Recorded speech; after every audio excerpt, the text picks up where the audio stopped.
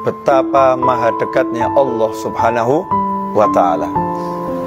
Jadi Allah itu dekat tanpa jarak, karena jarak itu adalah makhluk, dan Allah tidak dibatasi oleh makhluk. Allah tidak dikuasai oleh makhluk.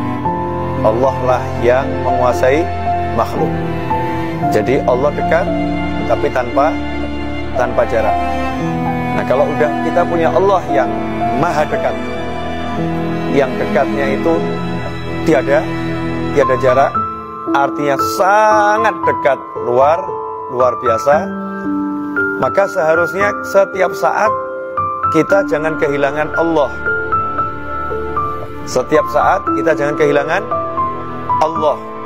Allah harus selalu ada dalam benak kita, dalam pikiran kita, dalam hati kita, sehingga setiap langkah, gerak, dan diam kita tidak pernah terputus dari Allah Subhanahu wa ta'ala.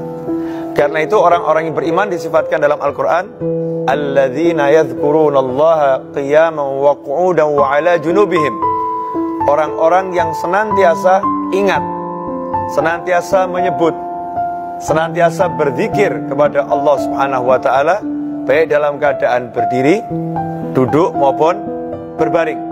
Dalam segala keadaan selalu tidak pernah putus dari Allah Subhanahu wa ta'ala. Makanya ini kesempatan buat kita semua, anugerah buat kita semua, hadiah buat kita semua, untuk kita betul-betul manfaatkan setiap detik, setiap saat, setiap waktu, setiap gerak, setiap diam, hati terus panggil Allah Subhanahu wa ta'ala. Nah, kalau udah terbiasa manggil Allah, nanti akan merasakan kedekatan dengan Allah Subhanahu wa ta'ala. Tidak ada yang bisa membatasi antara hamba dengan penciptanya dan pencipta dengan hambanya. Gak ada batasan. Entah itu dosa, entah itu apa. Kalau kita berdosa, dosa tidak akan menghalangi kita untuk mendekat pada Allah Subhanahu wa ta'ala.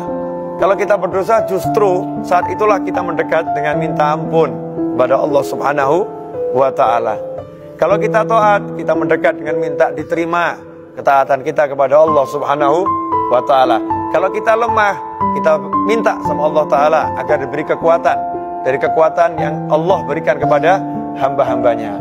Ini pelajaran pertama, episode pembuka, bahwasannya Allah maha dekat dan itu sangat menguntungkan buat hamba-hambanya.